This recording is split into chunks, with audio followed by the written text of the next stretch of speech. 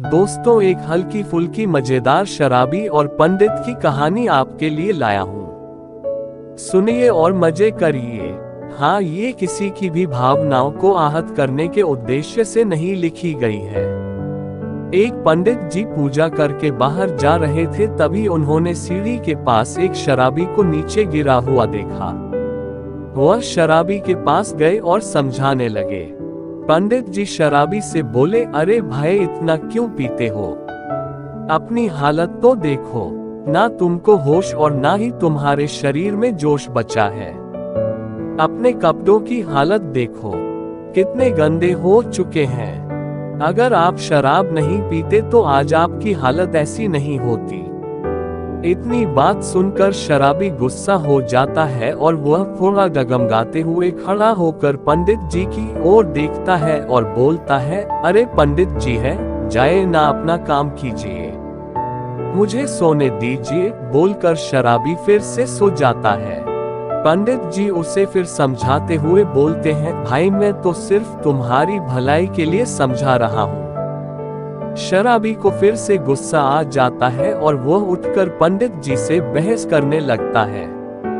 शराबी बोलता है, पंडित जी, अगर आप मेरे एक सवाल का जवाब देंगे तो मैं शराब पीना हमेशा के लिए छोड़ दूंगा।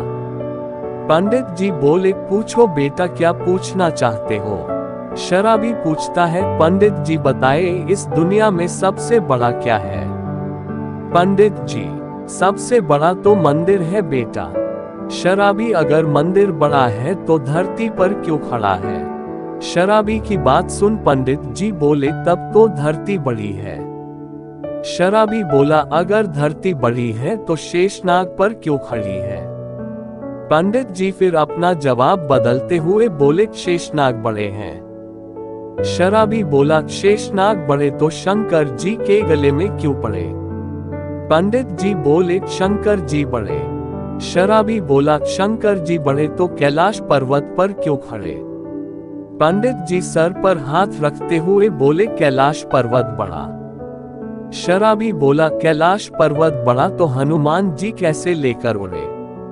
पंडित जी बोले, हनुमान जी बड़े। शराबी बोला, हनुमान जी बड़े तो राम जी के चरणों में क्यों पड़े? पंडित जी बोले, राम बड़े। शराबी बोला, राम बड़े तो सीता जी को रावण लेकर क्यों उड़ा?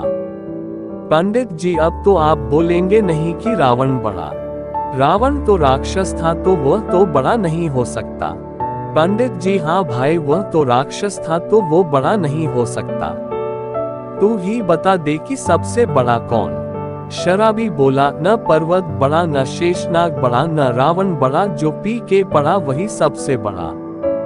इतना सुनने के बाद पंडित जी जो वहां से भागे, उसके बाद उन्होंने कसम खाई कि आज के किसी शराबी को नहीं समझाऊंगा। ऐसी ही और शॉर्ट मोटिवेशनल स्टोरी, स्पीच और कोट्स के लिए हिंदी कहानियां चैनल पर आकर देख सकते हैं।